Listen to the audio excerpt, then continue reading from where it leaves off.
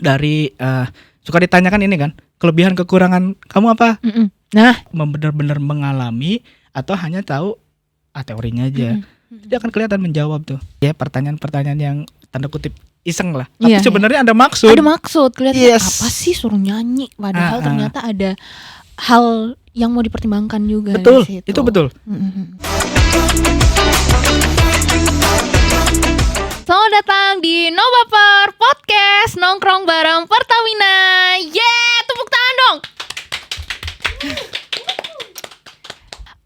Di episode kali ini masih bersama saya Hilda dari Communication Relation RJBT. Kita masih akan membahas dalam line yang sama. Kalau kemarin kita udah bahas POV dari peserta yang akan daftar Pertamina, kalau hari ini kita langsung hadirkan human capitalnya langsung nih. Ada Mas Bani. Halo Mas Bani. Yaudah. Oke, boleh kenalan dulu mungkin Mas. Siap. Nah, jadi nama saya Rabani Satriawan. Saya sekarang di Human Capitalnya RJBT di jabatan Asisten Manajer HCBPN QM. Nah, sekarang kalau kita ngobrolin CV, sebenarnya dari HC sendiri itu melirik CV itu tuh yang kayak gimana? Dan menurut Mas Bani nih pribadi, Yep. CV yang baik tuh yang kayak gimana? CV yang baik ya. Jadi kalau ngomongin dulu sama sekarang gitu ya. Kalau dulu itu masih zaman manual kira-kira gitu ya. Iya. Dulu zaman manual, sekarang zaman digital gitu ya, dua. Kalau dulu zaman manual, info-info yang terdapat di CV udah pasti kan data diri ya. Yes. Data diri semua pun itu tanggal lahir, foto harus ada, KTP dan lain sebagainya gitu. Semua berlembar-lembar gitu ya. Terus yang pasti yang kita lihat adalah kalau standar filter awal pasti kan kampus, IPK dan sebagainya. Karena kita nggak bisa nge-sort dong secara manual gitu, lihat dulu IPK berapa sih gitu dari kampus mana. Itu dulu dah syarat pertama itu dulu. IPK usia gitu kan. IPK usia jurusan. IPK usia jurusan. Itu dulu syarat administrasi pertama. Berarti kayak akreditasi kampus atau tingkat, maksudnya kayak rankingan kampus itu ngaruh atau enggak? Jadi sebenarnya kalau buat Pertamina itu, setahu saya ya minimal itu sebenarnya B. Dan Oke. rata-rata kampus itu B kok. Kampus ya, bukan prodi ya? Kampus B dan prodi juga pasti rata-rata B kok. Jarang yang misalkan C gitu, jarang. Jarang. Yang nge-apply kalau ya sepengalaman saya rata-rata sih udah masuk juga. Memang ada. Itu mau negeri atau swasta sama aja, Iya, pokoknya minimal B. bagus-bagus sekarang tuh rata-rata tuh. Sekarang udah bagus-bagus. Jadi itu tadi manual kan karena sortir gitu ya. Kemudian layout nih. Layout, Ya oke. kan? Layout kan. Kalau manual kan kita ngelihat visual nih, foto posisi di mana sih gitu. Oke. Ada yang gede banget foto gitu, ada yang kecil banget nggak kelihatan gitu kan. Foto penting nggak sih gitu kan? Ya menurutku ya penting. Ya karena kalau nggak ada foto gimana dong? Bukan masalah apa ya? Ya pokoknya intinya foto tetap ada lah ya. Foto tetap ada, terbaru. Nah, kan kita selalu minta ya update foto terbaru dong gitu jangan kan. foto SMA atau SMP. Usia berapa nih ya gitu kan, kok beda gitu, kayaknya nggak matching gitu kan misalkan ya. Udahlah gitu kan, nggak apa-apa kan, nanti cross checknya kalau lolos syarat kan ada tes dan sebagainya, akan counter interview. Nah, intinya gitu, layout penting nggak? Penting kalau menurut kami ya. Kalau terlalu rame gitu ya, terlalu rame dan penuh juga kan susah dibaca ya. Iya benar. Iya kan? Sebenarnya tuh simple tuh cukup enak dibaca, itu aja sih sebenarnya, enak dibaca. Kalau bisa sih satu lembar aja cukup. Jadi ada baiknya apalagi buat fresh graduate gitu, satu lembar udah cukup ya. Yang penting poinnya dapat semua di situ. Poinnya dapat. Kayak misalkan dia fresh grade nih ya. Fresh grade data tunjukkan atau keunggulan pengalaman. Kalau misalnya fresh grade kan berarti kan dia punya pengalaman misalkan organisasi. Iya, magang. Ya, magang lah gitu, disebut magang di mana. Nah, yang begitu-gitu yang dikira-kira memang punya prestis diri nih. Kalau misalnya saya sempat dari organisasi kemahasiswaan, ketua BEM gitu ya, anggota ini, tampilin aja satu yang memang benar prestis buat diri. Yang menjual. Betul, yang menjual lah kira-kira begitu ya.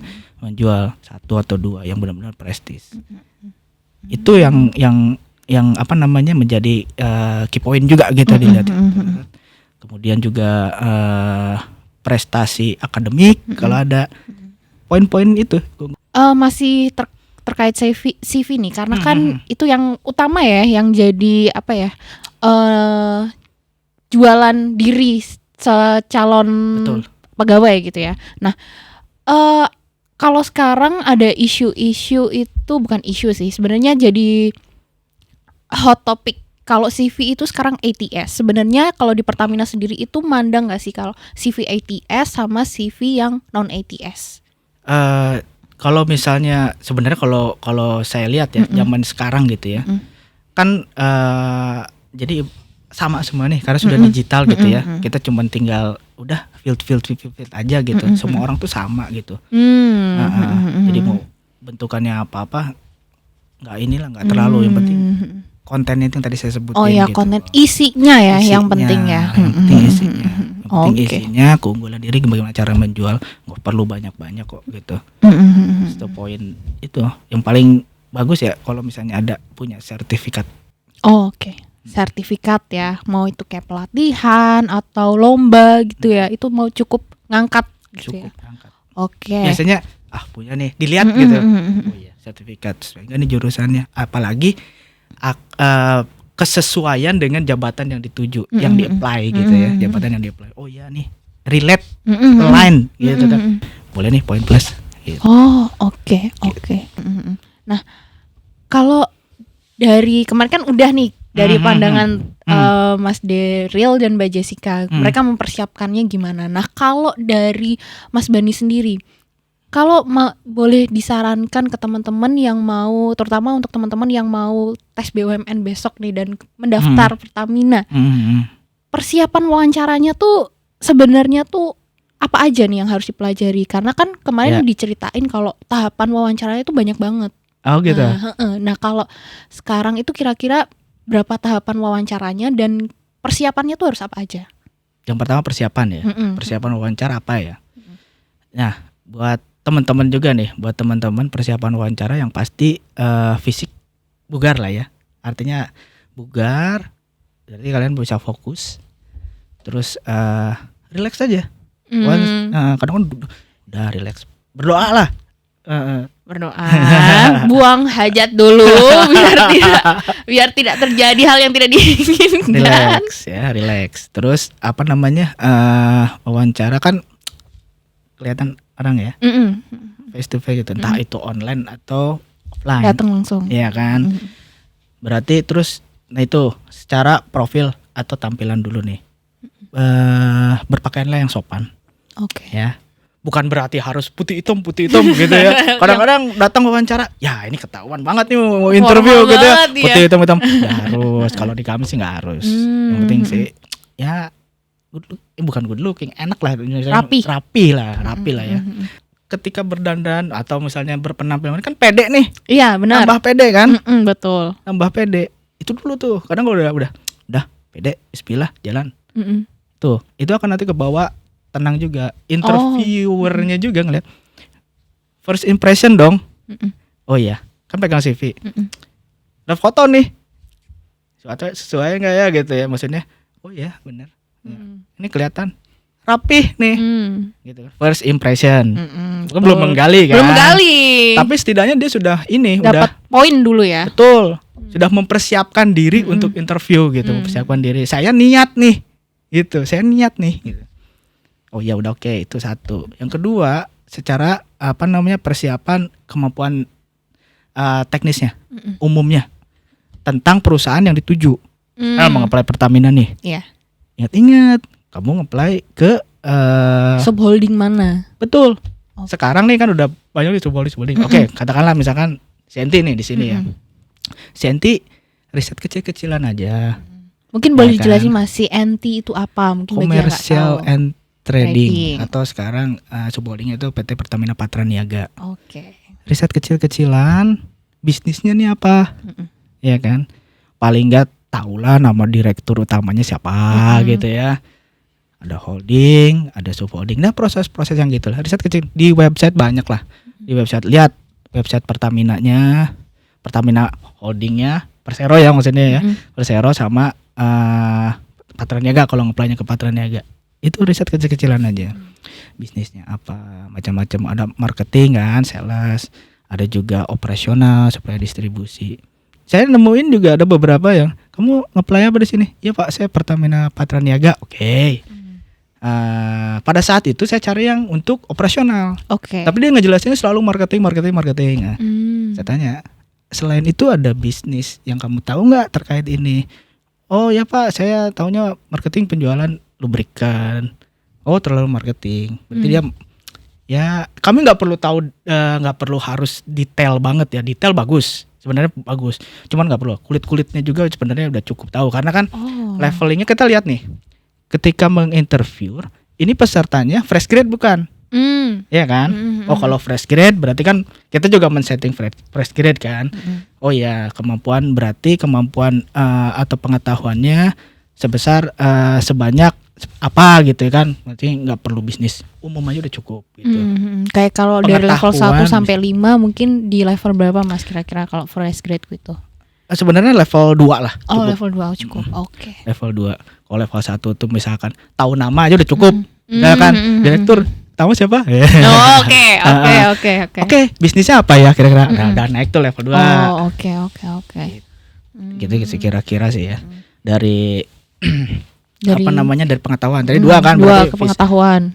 Profiling figur, kemudian pengetahuan riset kecil-kecilan. Nah, terus yang disiapin lagi itu kan udah riset tuh. Nah, kalau misalnya pengalaman. Oke, Nah, itu di perjalanan interview kan, perjalanan interview. Karena interview ini kalau tadi nyambung sekalian jawab yang banyak banget nih interviewnya gitu ya. Udah banyak banget interviewnya. Kalau levelnya sampai dengan saat ini ketentuannya sebenarnya levelnya BPS atau S1 tadi gitu ya. S1 tadi itu sampai direksi. BPS ya. Sampai direksi, level direksi. Kalau yang D3 itu lingkupnya sampai di bawah direksi atau VP lah. VP. Oke. Top manajemennya itu yang disebut top manajemen itu.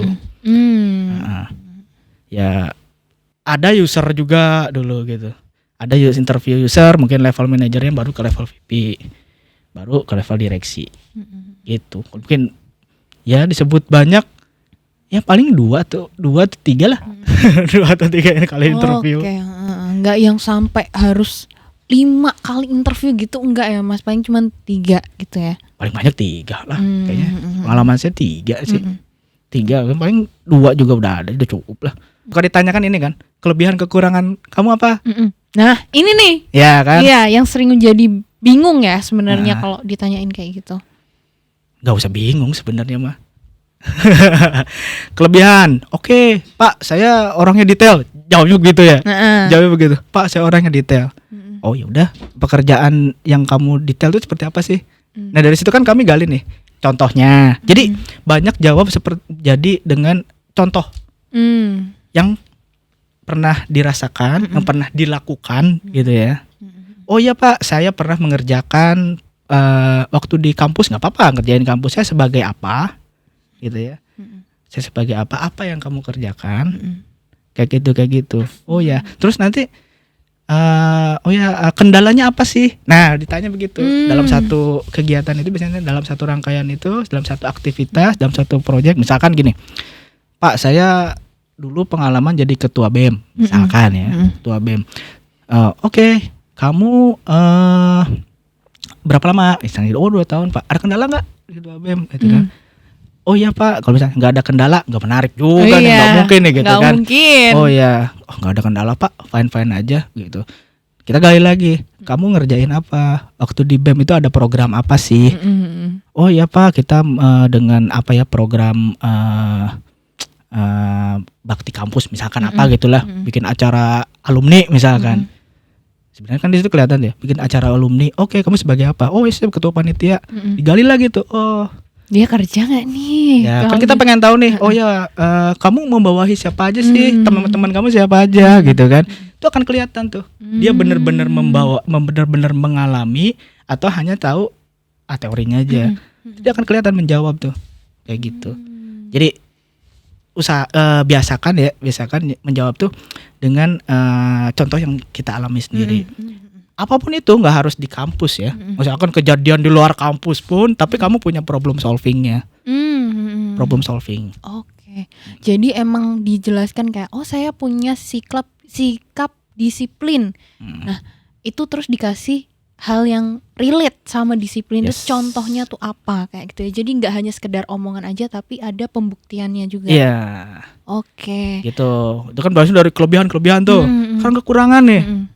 Kekuranganmu apa?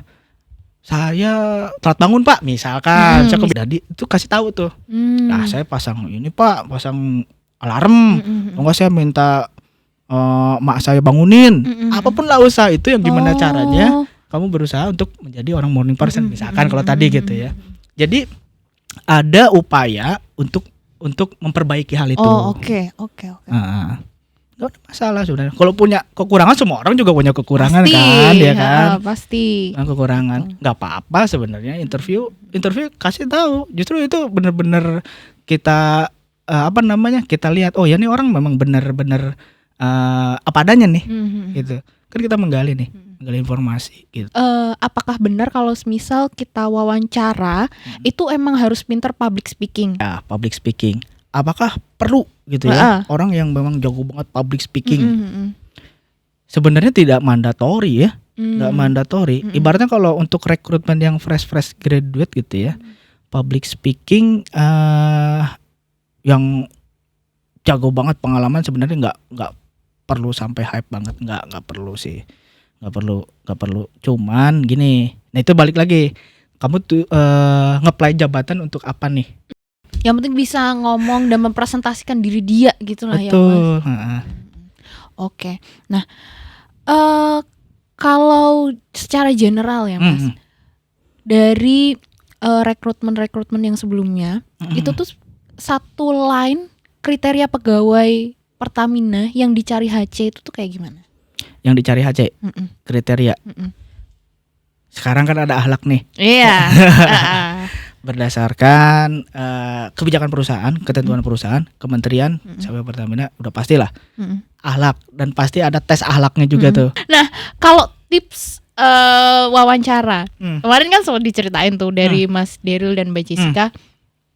Waktu itu tiba-tiba suruh nyanyi. Waduh. Atau tiba-tiba disuruh jualan mendadak di situ. Nah, kalau dari Mas Bani sendiri, tips ketika kita dihadapkan oleh pertanyaan-pertanyaan yang sebenarnya kita nggak kepikiran kalau itu akan ditanyakan, atau bahkan pada saat itu kita tiba-tiba blank, nggak tahu jawabannya. Nah, itu kita harus jawabnya gimana? Oke, tiba-tiba misalnya tadi pertanyaan, blank, saya nggak, ini antara nggak tahu atau lupa gitu ya, nggak tahu atau lupa ya. Sebenarnya karena yang ditanyakan itu adalah biasanya based on pengalaman. Kamu pernah nggak? Kan gitu ya. Ketika kamu sudah mengalami, sebenarnya ya tinggal diceritain aja karena sudah pernah mengalami, kan gitu ya. Kecuali kalau kamu belum pernah mengalami, kemudian akan berpikir nih, mereka-reka gitu. Artinya bohong nih gitu kan. Itu yang akan blank. Gue nggak tahu blank ini karena apa nih, lupa atau nggak tahu gitu ya. Gue nggak tahu. Sebenarnya kalau berdasarkan pengalaman akan dengan sendirinya kok dia akan cerita gitu. Kalau dari pertanyaan, saya disuruh nyanyi nih, gitu kan.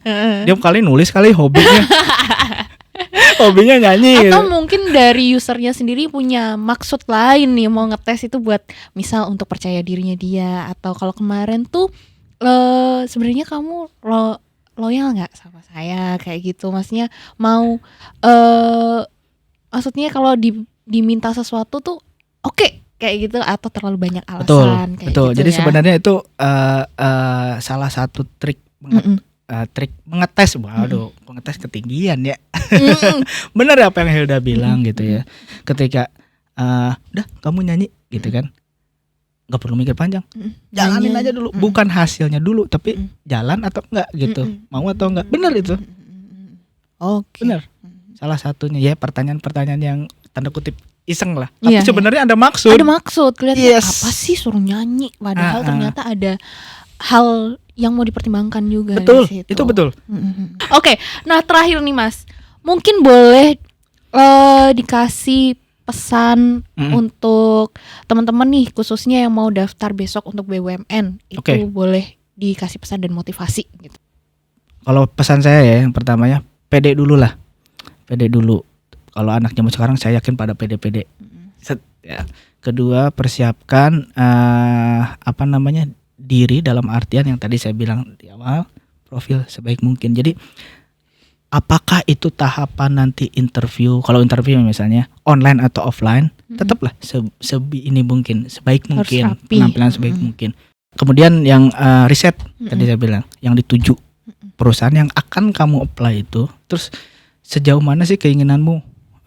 Ya keinginan udah pastilah, karena menunjukkan nih ketika kamu meriset sesuatu gitu ya, mencari tahu lah, kira-kira mencari tahu perusahaan yang dituju kan sudah menimbulkan, oh saya serius nih, seserius ini nih masuk gitu kan, masuk Pertamina. Kalau misalnya tes itu pelajari aja dulu, kurang lebih pasti model-modelnya sama lah. Ini kalau saya spill ya, model-modelnya sama. Kalau belum berubah nanti. Oke. Kalau belum berubah nanti. Kalau belum berubah nanti ya. Sampai dengan saat ini saya lihat, oh iya ya, masih model-model begini kok, masih umum sama. Masih umum sama ya. Satu lagi, berdoa. Oke, luar biasa banget ini sobat. Ini juga insight baru ya buat saya sendiri ini. Insight baru banget. Nah, sobat Pertamina, untuk podcast kali ini cukup sekian. Next kita enaknya bahas apa lagi ya? Nah, jangan lupa tulis di kolom komentar, atau sobat Pertamina bisa message di sosial medianya RJBT, yaitu Patraniaga RJBT.